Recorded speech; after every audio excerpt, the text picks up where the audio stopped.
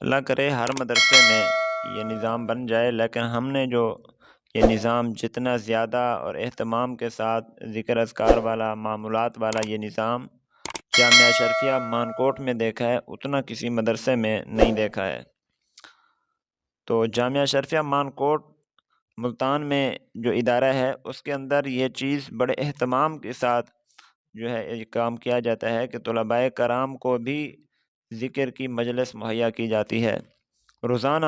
صبح کے وقت بھی، عشاء کی نماز کے بعد بھی، مغرب کی نماز کے بعد بھی جو معمولات ایک عام انسان کو اختیار کرنے چاہیے اپنی زندگی میں،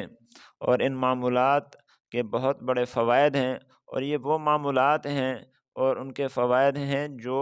قرآن و حدیث میں جن کا ذکر ملتا ہے۔ خود قرآن و حدیث میں صراحت کے ساتھ ان کے فوائد ہمیں پڑھنے کو ملتے ہیں۔ تو ان وظائف، ان معمولات کا ادھر جامعہ اشرفیہ مانکوٹ میں بہت زیادہ اہتمام کیا جاتا ہے۔ تو اس وقت جب ہم نے دیکھا تو اس وقت ہمیں احساس اتنا نہیں تھا، کہ اس وقت تو ہم یہی سمجھتے تھے کہ ان لوگوں نے ہمیں قید کر کے بٹھایا ہوا ہے اور ہم سے یہ معمولات کرواتے ہیں، اور طلباء کرام بھی یہی سمجھتے ہیں۔ لیکن بعد میں جب انسان عملی زندگی میں قدم رکھتا ہے تو مشکلات عام طور پہ اسی وقت انسان کا سامنا ہوتا ہے مشکلات کا۔ طالب علمی کے دور میں یا تدریس کے دور میں اتنا مشکلات کا سامنا انسان کو نہیں ہوتا، جتنا انسان جو ہے عملی زندگی میں کوئی ادارہ بناتا ہے، کوئی دین کی تحریک چلاتا ہے، کوئی دینی کام کرتا ہے، تو اس وقت زیادہ انسان کو مشکلات کا سامنا کرنا پڑتا ہے۔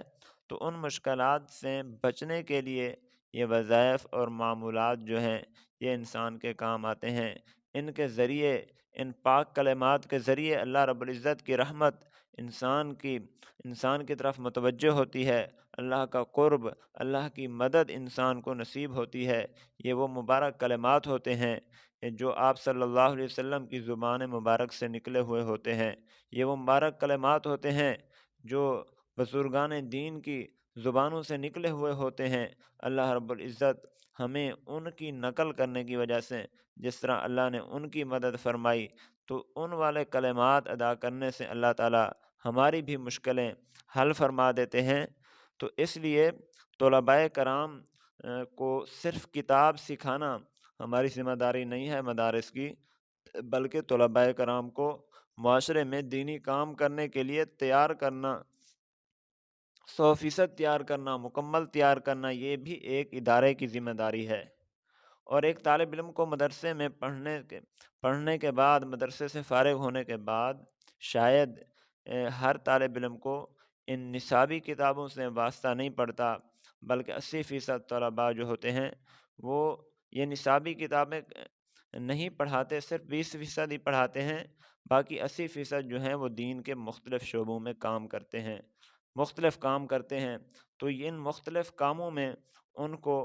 ان وظائف کی، ان معمولات کی ضرورت ہوتی ہے۔ ان وظائف اور معمولات سے ان کے کام آسان ہو جاتے ہیں، ان کی مشکلیں حل ہو جاتی ہیں، وہ عافیت کے ساتھ کام پورا کر لیتے ہیں۔ ان وظائف اور معمولات کے ذریعے جو ہے ان کی زندگی آسان ہی رہتی ہے۔ اور پھر یہ بھی یاد رکھیں کہ جو بھی طالب علم فارغ ہوتے ہیں، جب وہ گھر آتے ہیں تو انہوں نے جو کچھ گھر میں سکھانا ہے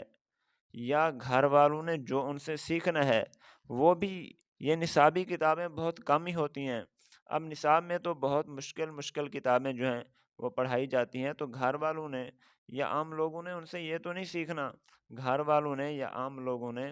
تو ان سے یہی وظائف سیکھنے ہیں، معمولات سیکھنے ہیں، عملی زندگی کے کچھ کام سیکھنے ہیں، جن کی طلباء میں اگر مدرسے میں مشق ہو گئی تو وہ معاشرے کو یہ چیزیں سکھا سکیں گے۔ تو اس کا مطلب یہ نہیں ہے کہ طلباء کو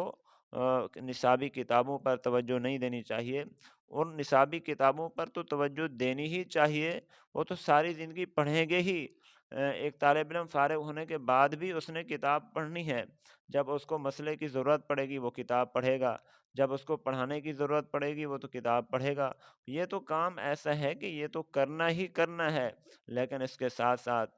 سورۃ یاسین ہے، سورۃ واقعہ ہے، اور اس طرح کے اہم جو وظائف ہیں، معمولات ہیں، ان کے کرنے سے طالب علم کے یہ کام آسان ہو جاتے ہیں، دنیا کے کام بھی آسان ہو جاتے ہیں، آخرت کے کام بھی آسان ہو جاتے ہیں۔ اور پھر جب اجتماعی طور پر کوئی مدرسہ اجتماعی ذکر کرا رہا ہوتا ہے، سورۃ یاسین اجتماعی شکل میں پڑھی جا رہی ہوتی ہے، سورۃ قریش اجتماعی شکل میں پڑھی جا رہی ہوتی ہے، لا الہ الا اللہ کی ضرب ایک اجتماعی شکل میں لگائی جا رہی ہوتی ہے، یہ دعائے انس بن مالک ایک اجتماعی شکل میں پڑھائی جا رہی ہوتی ہے، درود تنجینا ایک اجتماعی شکل میں پڑھایا جا رہا ہوتا ہے، اور صبح اور شام کے پڑھنے کی دعائیں ایک اجتماعی شکل میں پڑھائی جا رہی ہوتی ہیں، تو پھر اس طرح اس وقت اللہ کی ایک خاص رحمت اس ادارے پر اس ادارے کی طرف متوجہ ہوتی ہے جس ادارے میں یہ کام کرایا جا رہا ہوتا ہے۔ اور پھر یہ بھی یاد رکھیں کہ آج کوئی بندہ ایک گھر چلا رہا ہوتا ہے تو آپ دیکھتے ہیں کتنی مشکل میں وہ پھنسا ہوا ہوتا ہے، گھر کی مختلف ضروریات، مختلف باتیں، مختلف چیزیں، مختلف پریشانیاں، ان سب چیزوں نے اس کو گھیرے میں ڈال رکھا ہوتا ہے، لیکن جب ایک بندہ ایک ادارہ چلا رہا ہوتا ہے تو وہ کتنی مشکل میں ہوگا۔ ادارے کی بے شمار ضروریات ہوتی ہیں، ادارے کے بے شمار کام ہوتے ہیں، ادارے کی بے شمار ضروریات ہوتی ہیں، تو یہ اجتماعی ضروریات کس طرح پوری ہوں گی؟ تو ان کے پورا کرنے کے لیے بھی یہ معمولات ادارے کو بہت فائدہ دیتے ہیں۔ جب اجتماعی شکل میں یہ معمولات ادا کیے جاتے ہیں، یہ وظائف پڑھے جاتے ہیں، اللہ اللہ کی جاتی ہے، اللہ کو یاد کیا جاتا ہے، تو اس طرح نہ صرف طالب علموں کا فائدہ ہوتا ہے بلکہ ادارے کو بھی فائدہ ہوتا ہے، ادارے کو چلانے والے لوگوں کی ذمہ داریوں میں آسانی پیدا ہوتی ہے۔ تو یہ چیز جو ہے، پھر تیسری چیز یہ بھی آپ نوٹ فرمائیں کہ جس طرح پہلے دور میں شیطان کا حملہ طالب علموں پر اتنا نہیں ہوتا تھا جتنا آج کل ہے، طالب علموں کے بگڑنے کے ذرائع آج کل زیادہ ہیں، پہلے دور میں اتنے نہیں تھے۔ آج کا طالب علم جب بھی کتاب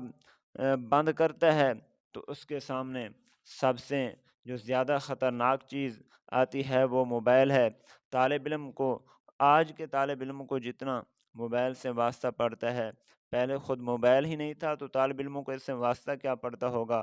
تو اس لیے بھی یہ چیز ضروری ہے کہ طالب علموں کا رخ کتاب سے جب ہٹے تو ذکر اللہ کی طرف ان کا رخ کر دیا جائے تو خود بخود ہی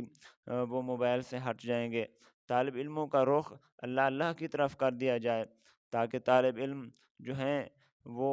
دوسری نقصان دہ چیزوں کی طرف توجہ کرنے کا ان کو وقت اور موقع ہی نہ مل سکے۔ اللہ رب العزت ہمیں ان بہترین معمولات، وظائف سے زیادہ